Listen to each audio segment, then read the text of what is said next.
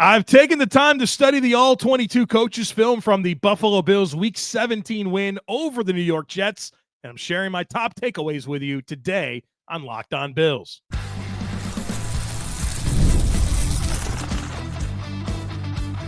You are Locked On Bills, your daily Buffalo Bills podcast. Part of the Locked On Podcast Network, your team every day. What's up, Bills Mafia? It's Joe Marino, author of Go Bills and Buffalo's Run, also the co-host of the Locked On NFL Scouting Podcast, and I'm your host of Locked On Bills. Want to thank you for making Locked On Bills your first listen every day, and a big welcome and shout out to our everydayers. You know who you are. Those of you who never miss a single episode, I appreciate y'all being here very, very much. I'd also like to invite you to subscribe or follow for free on YouTube or wherever you listen to podcasts. We're part of the Locked On Podcast Network, your team every day. Welcome in, folks. Time for the all-22 review breakdown from the Bills. 40-14 win over the Jets. Have plenty of things to get into. Studs and duds, snap counts, notes on the defense, but we want to start with the offensive side of the football and kind of share some of the foundations of the game plan, talk about where things really went well and maybe where there were some issues. But this game plan, when I think about what I watched on film and what stood out to me, this was a heavy motion game for the Bills on offense. 83% of snaps involved motion. 52% of snaps involved motion at the snap. So as the ball was being snapped, the player was in motion. And 25% of snaps, you had multiple motions. That is very, very high rates of frequency of motion. And that's what the Bills wanted to do against the Jets, which is a team that does well to disguise their coverage. They run a lot of man, but they get to it in some unique ways. You know, they'll show you one high middle of the field safety where the middle of the field is closed, and they'll rotate to a split field safety look. They disguise their coverage as well. Motion helped the Bills in a lot of ways. First of all, it changes the formational strength. And when you change the formational strength at the snap, that could create some problems, right, for the defense. Introduces some unexpected gaps play side, stresses their ability to communicate and be on the same page. And, you know, they have to have push calls and different things to answer for the motion because the picture is very different for them in a snap, right? In a split second, somebody's in a different spot. It changes a lot of their assignments and responsibilities. And Josh Allen can get tells, right? If you put a guy in motion and you can find out if it's going to be zone or if it's going to be man. And so you kind of take the thing that they do well, which is disguise coverage, and get ahead of that. So a great job of using motion in this game to set the offense up for success. Let's talk offensive run game. It was kind of a pedestrian day running the ball metrically. 34 rushes, 97 yards, 2 touchdowns. Now, in that, you had 2 kneel downs from Mitch Trubisky. You had 3 quarterback sneaks from Josh Allen, right? So that's going to hurt your per carry average. But I thought what was really missing in this game for the Bills rushing offense was that big breakaway explosive run, or a couple of them. Usually you get a couple of 15, 20, 25, 50-yard runs, right? That's not uncommon for the Bills offense to achieve that. You never really got it in this game, where the long run for a running back was 8 yards. And that's pretty uncharacteristic for the Bills. They had no explosive runs in the game, but they were close. That's the thing that I really took away from studying the film, is that they were really close, and really where the Jets were able to not get gashed at all or give up the explosive run is they were very secure tackling. They only had 4 missed tackles in the game, and they did a very good job with their backside pursuit. Every time I thought those creases were there and James or Ty Johnson or Ray Davis was going to hit one, some guy from the backside was able to get down the line of scrimmage or get lateral flow from the second level and make a play. And a lot of times it was just the angles. The Bills were just off by a tick. I mean, the margins were close in this one.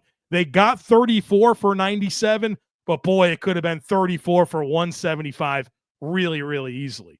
So credit to the Jets. They had good pursuit. They took good angles. But I think also at the same time, maybe some, I don't know what the word I'm looking for is, you look at the Bills and realize maybe some of their angles were off, some of their timing was off just a tick in this game. that prevented them from being able to get those creases that they typically have. The Bills' very balanced approach in zone and man run schemes. They ran zone 13 times. That was a success rate of 54%. That's very good. Their man runs, 12-man runs, only a success rate of 42%. So that's kind of low. Like, this game is skewed more heavily towards the zone success. And it's been interesting to kind of see that go back and forth over the last several weeks, where usually one concept just is a little better that week than the other. And this week it was the zone rushing that was best for the Bills. But I'll say this, all of the backs ran hard. They made sound decisions. They just couldn't break one, and they were close. Let's talk about the offensive passing game. I really like the way Josh Allen played in this game. I loved his approach. I thought his decision-making was excellent. I thought the way he worked progressions and where his eyes were, excellent. I thought he played a very, very good football game. And what I really enjoyed about this game was the Bills had success against man coverage. We knew that the Jets would come in and run man. They run man at the fifth highest rate of any team in the NFL. And against man in this game, which they actually ran a little bit less, Josh was 5 of 8 for 56 yards and a touchdown. Against zone, he was 11 of 19 for 126 yards and a touchdown. Last week against the Patriots, the man numbers were just not good at all. So a much better story to tell this week going up against man coverage. Again, I really liked how Josh saw the field, the decisions that he made. I thought his accuracy was maybe the best it's been all year in this game. You know, I think that's kind of a sidebar that nobody really wants to talk about, is that Josh has not been super accurate this year. Now, he still has high-level accuracy moments, but for the most part, there's been ball placement issues. This was a game where that was pretty clean. And in fact, he deserved a better fate on a few different plays. I thought the deep ball was good in this game. I thought Josh had 3 really good deep throws. Of course, the touchdown pass to Amari Cooper. My goodness. Timing, everything was perfect there. You had a true X receiver in Amari Cooper, isolated one-on-one against Brandon Echols, who's a speedy corner, but he's small, right? 179 pounds, 5'10", short arms. You get Amari Cooper, who's big, physical receiver, one-on-one down the field. Give him a chance to go catch a ball, and Amari Cooper made one heck of a play. The Keon Coleman throw down the right sideline that was called back due to a phantom holding call on Spencer Brown. That was a beautiful throw. That was a dot from Josh Allen down the field. And that's an egregious call by that official. If that's holding on Spencer Brown, then we don't have a game. We don't have football, because there's holding on every single play, and every single play is a 10-yard penalty. You can't call that. Ridiculous call. Took away a great play. And then even the throw that Keon couldn't catch, extended play, Josh, I mean, one of the best throws of his career. And that window was pretty big. I don't think people realized when Keon was breaking towards the sideline, Josh had a lot of space to fit that ball. Keon needs to make that catch. But one thing that Josh Allen said after the game, and I want to kind of expand on this a little bit.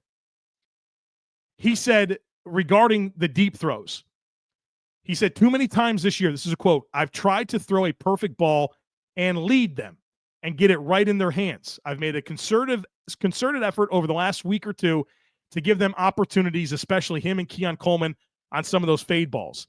I think that's a spot-on comment by Josh Allen. You can't throw deep balls to everybody like they're John Brown, where John Brown's got 4.3 speed, can run by people, hit him in stride, he's going to settle under it, and boom, go. You got big-bodied dudes, Mac Hollins, Keon Coleman, Amari Cooper. These are big players, even Dalton Kincaid. Those are not players that require you to throw it and just drop it in the bucket on them, right? So they can just catch it. There's margin for error. These guys have size, ball skills, body control that works to their advantage down the field. What you really have to do is give them a catchable ball.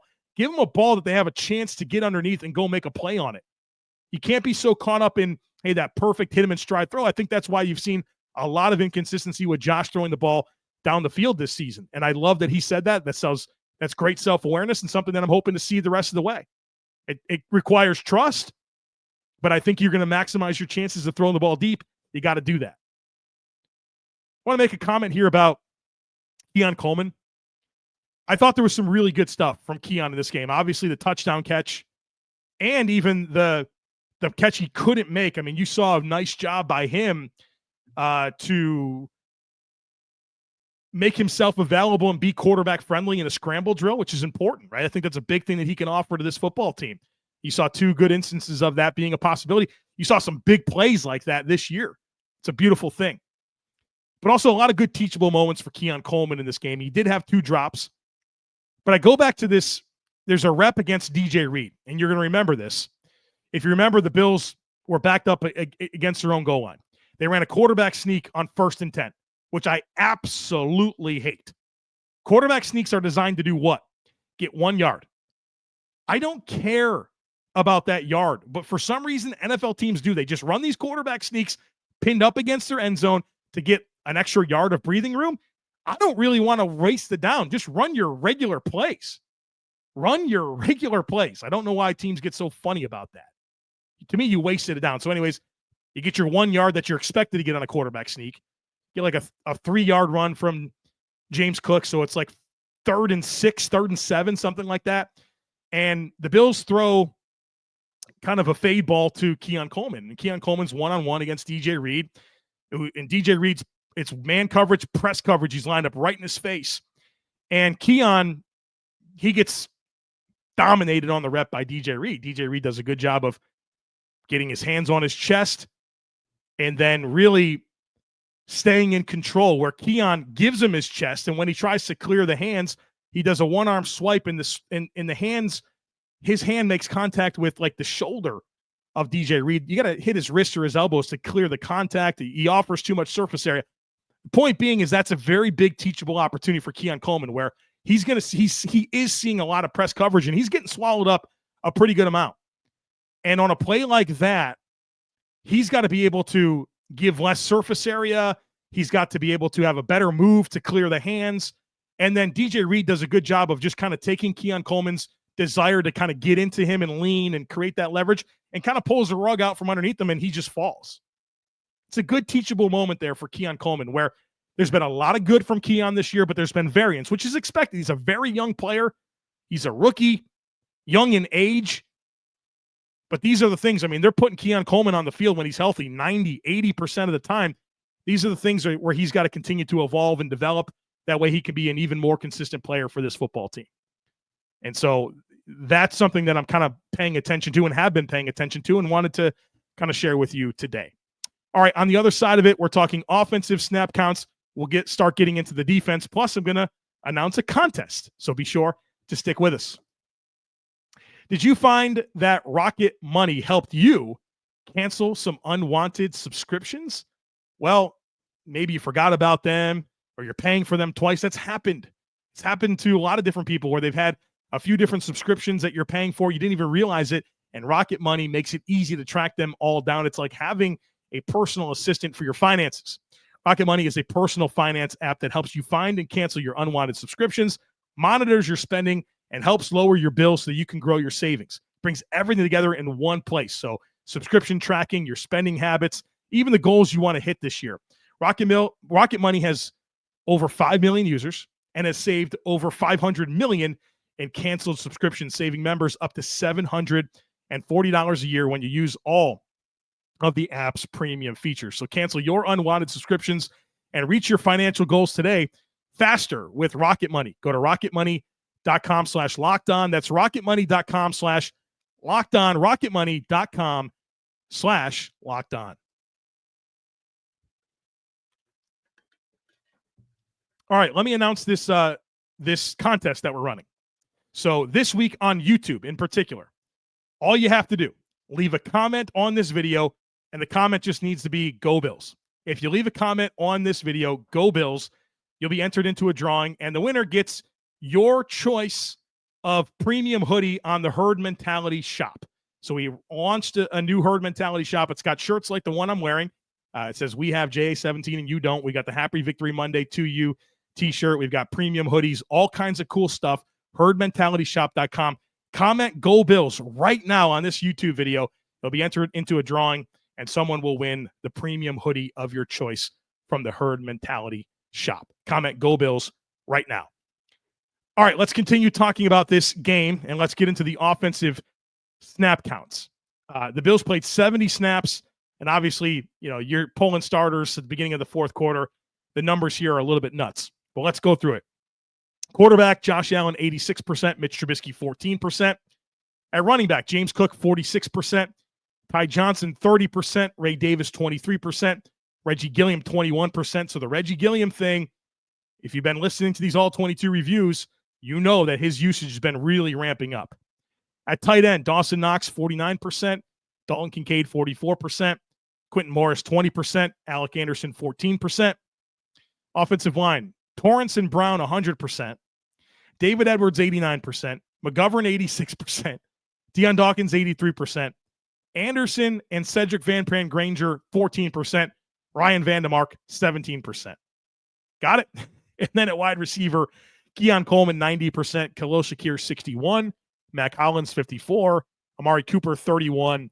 Tyrell Shavers at 14%. So you can see how they've been a little bit more choosy lately with Cooper, putting him on the field when they want him to be the true X. He's not a great blocker. That's one thing that I've learned about Amari Cooper and studying him the last few weeks. But what he is a very good down the field, contested catch guy and a player that can get you some buckets. And so I don't think when you have Coleman and when you have Hollins, you have this depth at receiver, use it and use the players in the roles that they're best at. And that's what the Bills are doing.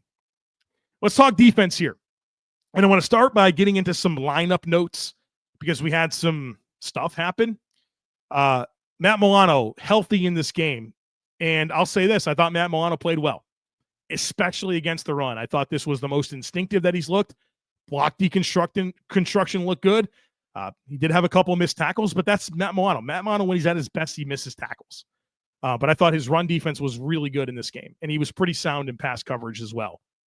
And, the Bills continue to tell us when Milano is healthy, he's going to play every snap next to Bernard, and that continues to be the case. And I really like Dorian Williams, and I'm not sure he's not the most impactful linebacker the Bills have right now, but I feel a lot better about Milano coming out of this game than I did his previous performances before he missed last week against New England.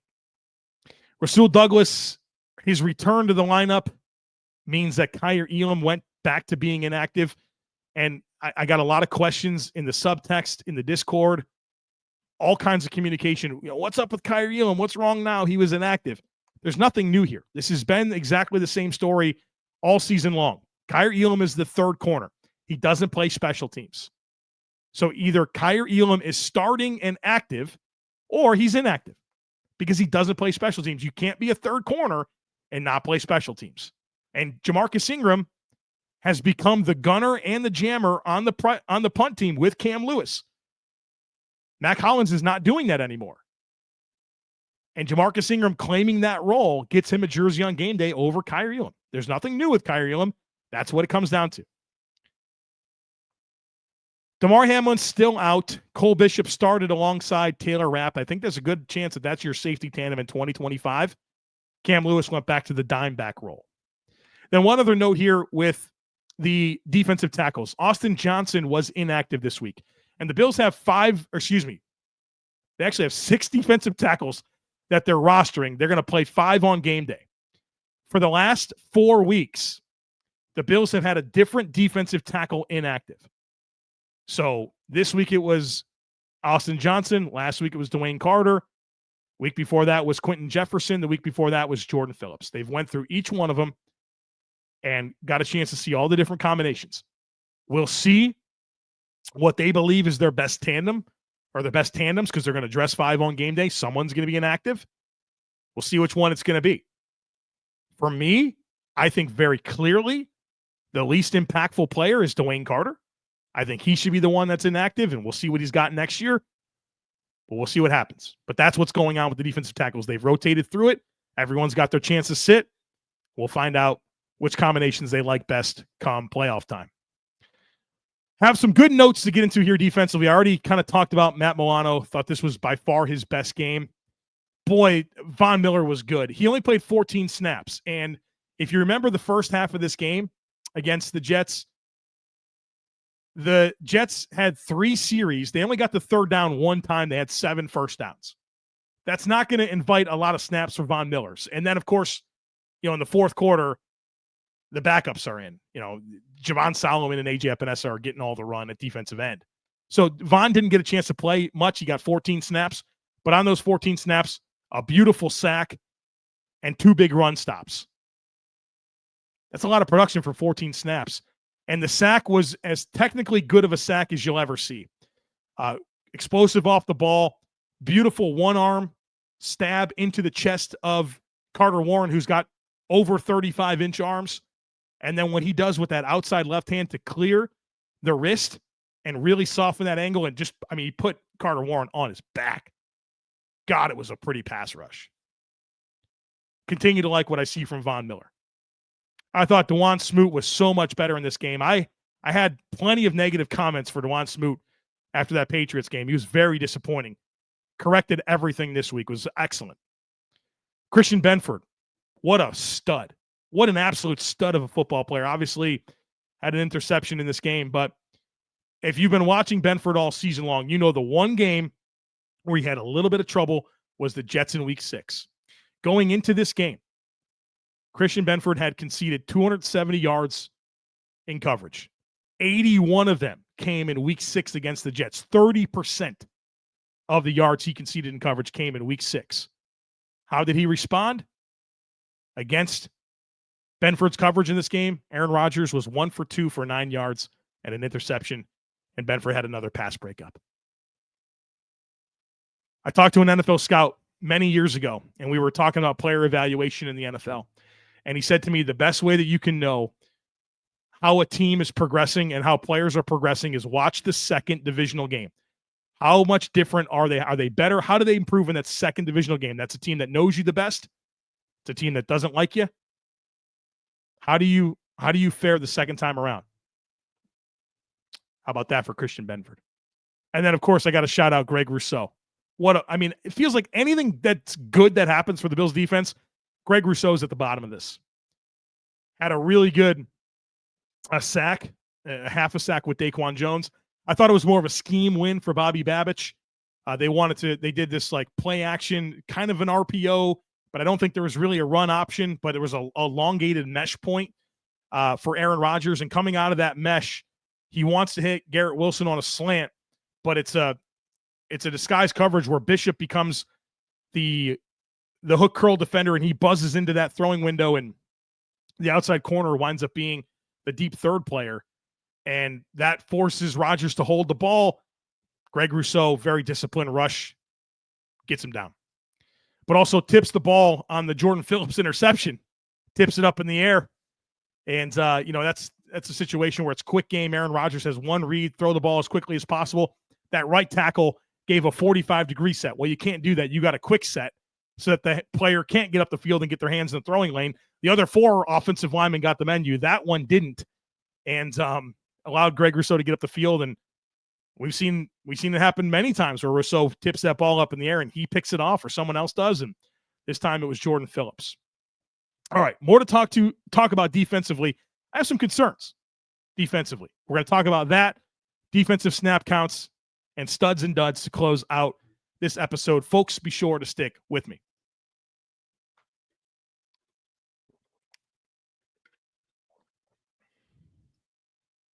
Welcome back, folks. Let's get into some of the concerns that I still have about this defense. Obviously, the starters don't give up any points. The drive chart looks exceptional.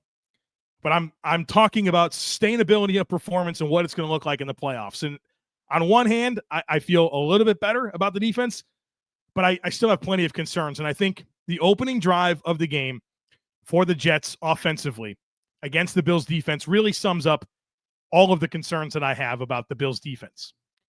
So if you remember, it's a turnover on downs. That's what happens for the Bills. And before that, it's a 2nd and 1 play. And the Jets run the ball to the left. They get a bunch of yards. Clear as day hold on Matt Milano. The guy pulls him down before he can make the tackle, and it's a 10-yard penalty. So you go from 2nd and 1 to 2nd and 11. And what happens on 2nd and 11? Well, what do offenses want to do on 2nd and 11? They want to get a little bit of yardage to get into a 3rd and manageable. They're not trying to get 12 yards. They're trying to get into a manageable 3rd down. So you got to think about that. You got to know that as a defense, that all they're trying to do here is get into 3rd and manageable. Well, the Bills just let teams do that. They call Tampa 2 On the next play, the 2nd and 11 play, they call Tampa 2, and Terrell Bernard is responsible for the deep middle. So he's got to get depth in his drop as that player in the Tampa 2 defense. And the Jets are in a spread formation. The tight end comes and sits over the ball about 2, maybe 3 yards of depth down the field. Aaron Rodgers dumps it to him. He turns and run, and they get 10 yards. And you go from 2nd and 11 to 3rd and 1. I don't want that. I want the Bills to have the mindset of not conceding yardage and rally and tackle. Turn 2nd and 11 into 3rd and 11. Don't turn. It's like you're giving that to them because Terrell Bernard's the deep middle of the field player, and he's got to get depth. And what does that do? It opens up that quick dump down. That's how the Bills let teams off the hook over and over and over again. They get a negative play, get a penalty that puts the other team behind the sticks, and then they just play soft. Quit doing that.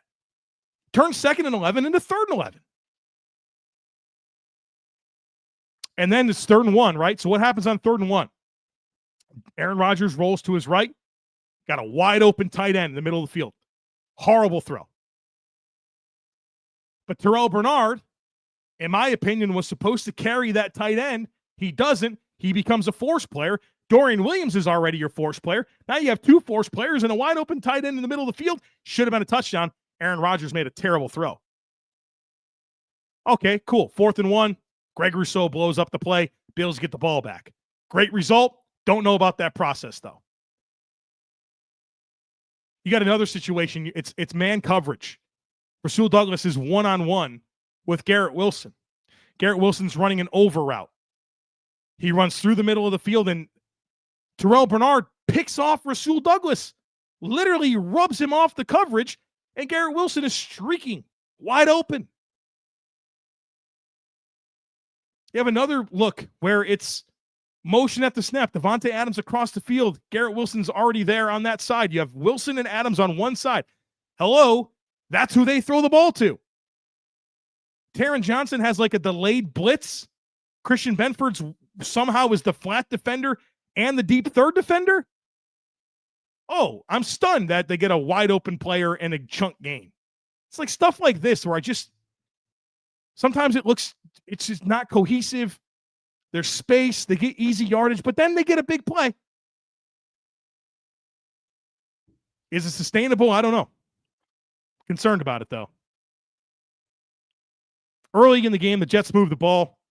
Same story. Quick passes that take advantage of a couple of things. Soft coverage and the defense. Defense is an up-the-field defense, right? It's a penetration style front. And you see teams do this against the Bills. Anytime I think teams move the ball successfully, they're not throwing the ball down the field. They're getting the ball out of the quarterback's hands quick and taking advantage of kind of that aggressive style that the Bills have. One quick note here, Aaron Rodgers was the worst part of that football team. I hope to God he stays with the Jets. I don't know if that's going to happen, but he missed a wide open touchdown pass to Kenny Yeboah. He's laid over the middle of the field on the Christian Benford pick. I mean, if he throws that ball in rhythm, he might have a completion on 3rd and long. Instead, he's late and behind. On the Ed Oliver forced fumble, Garrett Wilson, that's a play that he can't run. I'd expect a high school quarterback to audible out of that. They have a screen called. Rasul Douglas is playing up on the line of scrimmage against Garrett Wilson. They have a screen called. There's nobody else over on that side of the formation. It's a wide split. It's a screen. The best case scenario is it's a 1-yard loss. The worst case scenario is what happened, or that Rasul Douglas picks off the ball and takes it the other way. It's not literally a play you can't run. You ever watch a football game and then all of a sudden there's a timeout called and you're like, they must not have liked the look, and you're like, well, I wonder what would have happened. That's what would happen. Play can't happen. I think he was a disaster in this football game. And then he's nonchalant about things after the game. Stay with the Jets forever, Aaron Rodgers, please. Defensive snap count, 63 snaps for the Bills on defense. Defensive end, Epinesa, 54%. Smoot, 51%, Rousseau 41%, Solomon 37%, Miller 22%. We talked about that. Only 14 snaps. You only had 1 third down in the first half, and then your starters, any meaningful player really didn't play in the fourth quarter.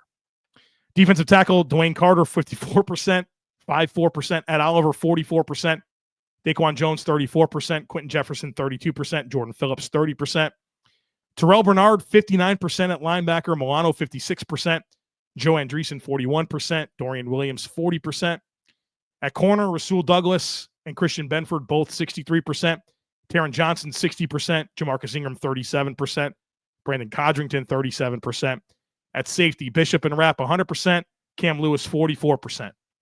Studs and duds. Studs this week. Josh Allen, Amari Cooper, Spencer Brown. Boy, he was so good in this game. Outstanding. Dawkins was really good. He had 2 pass rush reps where I think he took for granted some of the speed and flexibility that Will McDonald has. But he was excellent too, but not as good as Spencer Brown. Tyrell Shavers, here's your chance, bud. You get to go in there and get one chance to make a play. And boy, did he turn that into a fun one. Joe Brady, I thought he had the right stuff playing in this game. Christian Benford, Greg Rousseau, Von Miller, AJ Epinesa has a safety scat protection for the Jets. And I don't think everyone was on the same page for that scat protection. The Bills had 2 linebackers mugged up in the A-gaps. You had 4 offensive linemen go one way. 1 didn't go the other. Both linebackers pulled out. There's a soft edge for AJ Epinesa. He makes a sack. And also, Epinesa's run defense was excellent in this game. Ed Oliver, forced fumble, sack, multiple tackles for loss, and Sam Martin. I thought all 3 punts were excellent, including one that led to points. So Allen, Cooper, Spencer Brown, Shavers, Joe Brady, Christian Benford, Greg Rousseau, Von Miller, AJ Epinesa, Ed Oliver, Sam Martin are your studs. For the duds, I'm not going to have any officially, but I'll tell you what, I'm close to calling Terrell Bernard a dud in this game. I thought he had several notable blunders. Even on the one long, explosive Breece Hall run. Takes a bad angle, can't scrape over top of a block. Their center winds up blocking Taron Johnson and Terrell Bernard on the same play. I don't know. I thought that was a disaster. I don't think he covered Yeboah the way he was supposed to. He picks off Rasul Douglas in the middle of the field. Didn't make much of an impact. So, I thought he was on the wrong side of a lot of plays. But I won't officially put him down because 40-14 win. I'll show him some grace. All right, folks, that's it. All 22 review in the books. Make sure you comment, Go Bills. Get entered into the contest here to get your choice of hoodie from the Herd Mentality Shop. Check out what we have, herdmentalityshop.com. There's a link in today's show notes to be part of it. Also, I sent 50 minutes worth of film breakdown to people in our subtext or our Substack. So if you want to see that, click on the link in the show notes for Substack or Subtext. You will get 50 minutes of me breaking down these plays, showing you these blunders by Bernard, showing you what Milano did well, showing you what I mean by, hey, they were close on some explosive runs, showing you some of the concepts that Joe Brady had in play for Josh Allen in this one. Check it out. Link in today's show notes for the Subtext or the Substack. Either gets you the all 22 film clips. All right, folks, that's it for today. Next up, Herd Mentality. Excited for that. We have crossover Thursday, and then we're not doing a primer. I'm not going to do a full primer on a game where the Patriots might not even be trying. The Bills are not playing, guys. On Friday, we're going to have a conversation with Anthony Prohaska, one of my favorite people to talk football with.